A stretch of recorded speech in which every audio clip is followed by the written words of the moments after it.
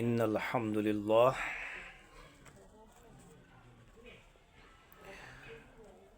আজকে nasal polyps নিয়ে আপনাদের সামনে দুটি কথা বলবো। মহান রব্বুল আলামিন আমাকে কথা বলার এবং আমার দর্শক শ্রোতা ভাই ও বন্ধুদেরকে কথা শোনার সুযোগ করে দিলেন।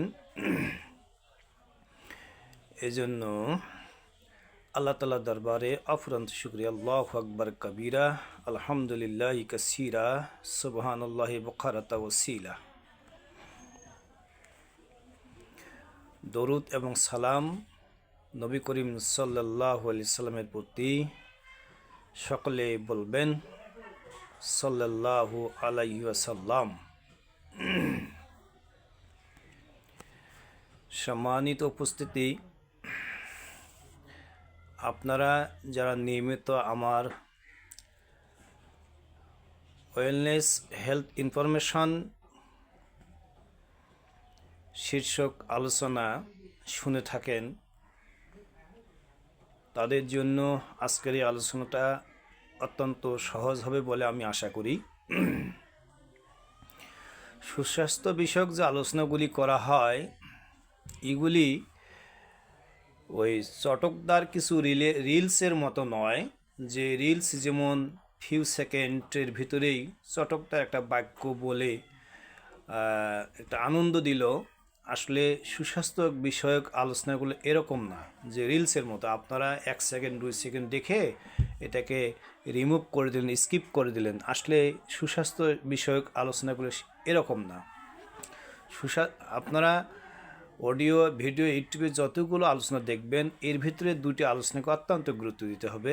এক হলো ইকিয়ামতের দিনী আলোচনা, দুই হলো সুস্বাস্থ্য বিষয়ক আলোচনা। কারণ এই দুটি আপনাকে দুনিয়া এবং আখরাতের জন্য নাজাতের ওসিলা হিসেবে কাজ করবে।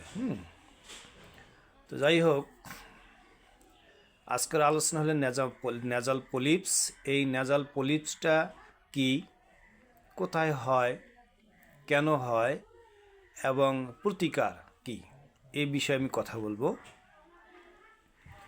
তো নেজাল পলিপস এটা নাকের ভিতরে হয়ে থাকে। এই যে নাকের ছিদ্র আমরা দেখতে পাচ্ছি, এই যে নাকের ছিদ্র, এই যে আপনারা দেখা পাচ্ছেন আমার নাকটি আমি দেখাচ্ছি, এটা অত্যন্ত পরিষ্কারভাবে দেখা যাচ্ছে। আমার নাকের ভিতরে আলহামদুলিল্লাহ, আল্লাহু আকবার কবীরা, আলহামদুলিল্লাহ কাসীরা, সুবহানাল্লাহি বুকরাতা ওয়াসিলা। আলহামদুলিল্লাহ, আল্লাহ তাআলা আমাকে এই রোগ থেকে মুক্তি দিয়েছেন, এই রোগে আমাকে আক্রান্ত করেননি। আলহামদুলিল্লাহ, আলহামদুলিল্লাহ। যাদের এই রোগটি হবে, এই মাংস এই জায়গা থেকে শুরু করে এটা আসলে এইখানে হবে এবং এই যে এখান থেকে শুরু করে এটাতে হবে। এখন এই যে এখানে একটা অংশ আছে, এখানে এই যে হাড়ে এই শক্ত অংশ থেকে এইখানে হবে না। এটা মূলত এখান থেকে শুরু করে এখানে এই যে ভিতরে যে অংশটুকু আমি দেখাচ্ছি, এই যে এখানে এটা হবে। এটা নাকের ভিতরে গুটির মতো হয়। এটাকে আমরা টিউমারও বলতে পারি। এটা কেন হয়? যাদের এটা আবহাওয়া পরিবর্তনের কারণে হয়ে থাকে। এটা যারা ধুলাবালিতে কাজকাম করেন তাদের হয়ে থাকে। যারা শুষ্ক আবহাওয়ায় কাজ করে থাকে তাদের জন্য হয়ে থাকে।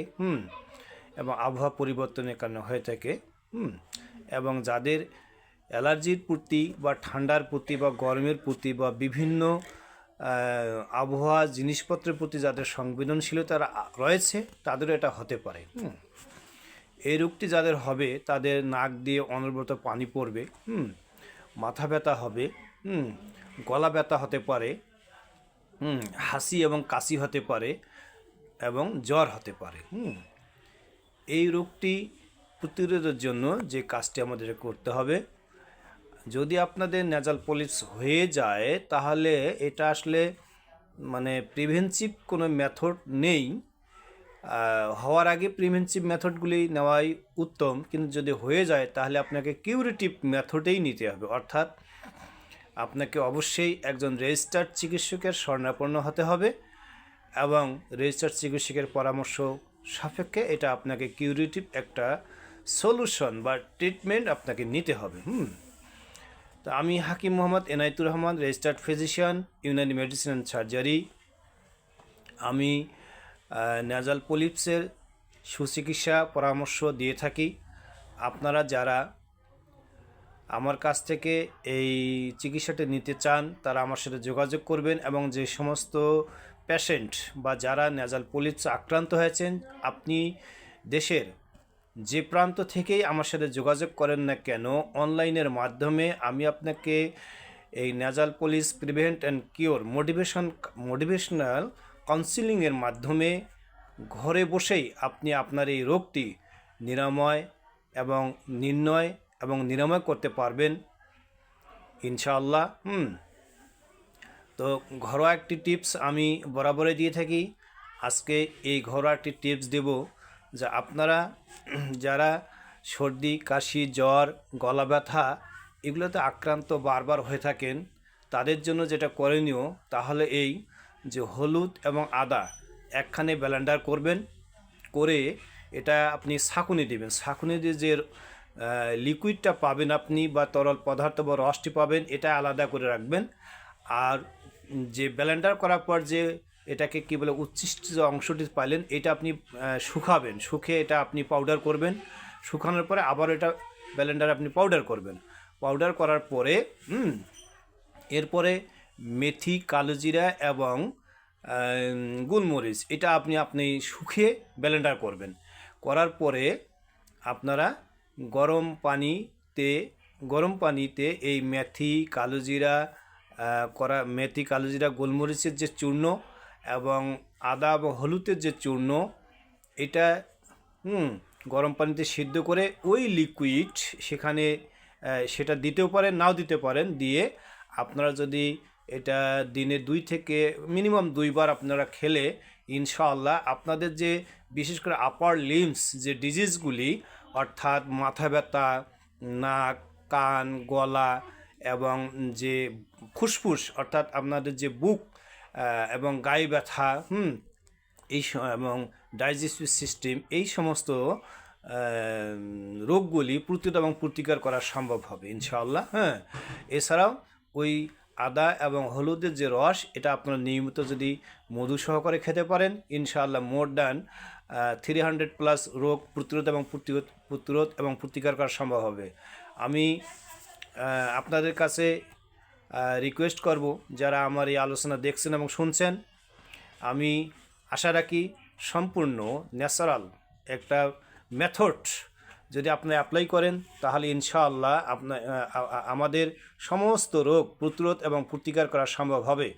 আমার সাথে যোগাযোগ করবেন। WhatsApp number 017090834331, cellphone 0183404555। এছাড়াও আমার মেসেঞ্জার এবং ফেসবুক হাকিম মোহাম্মদ এনায়েতুর রহমান, ইউটিউব চ্যানেল হাকিম মোহাম্মদ এনায়েতুর রহমান যোগাযোগ করবেন। আমি আপনাদের পাশে সর্বদা প্রাকৃতিক সমাধানে আপনাদের পাশে থাকবো ইনশাআল্লাহ। সুবহানাকাল্লাহুম্মা বিহামদিকা আশহাদু আন লা ইলাহা ইল্লা আনতা আস্তাগফিরুকা ওয়া আতুবু ইলাইহি। আমিন সুম্মা আমিন ইয়া রাব্বুল আলামিন। আসসালামু আলাইকুম রাহমাতুল্লাহি ওয়া বারাকাতুহু।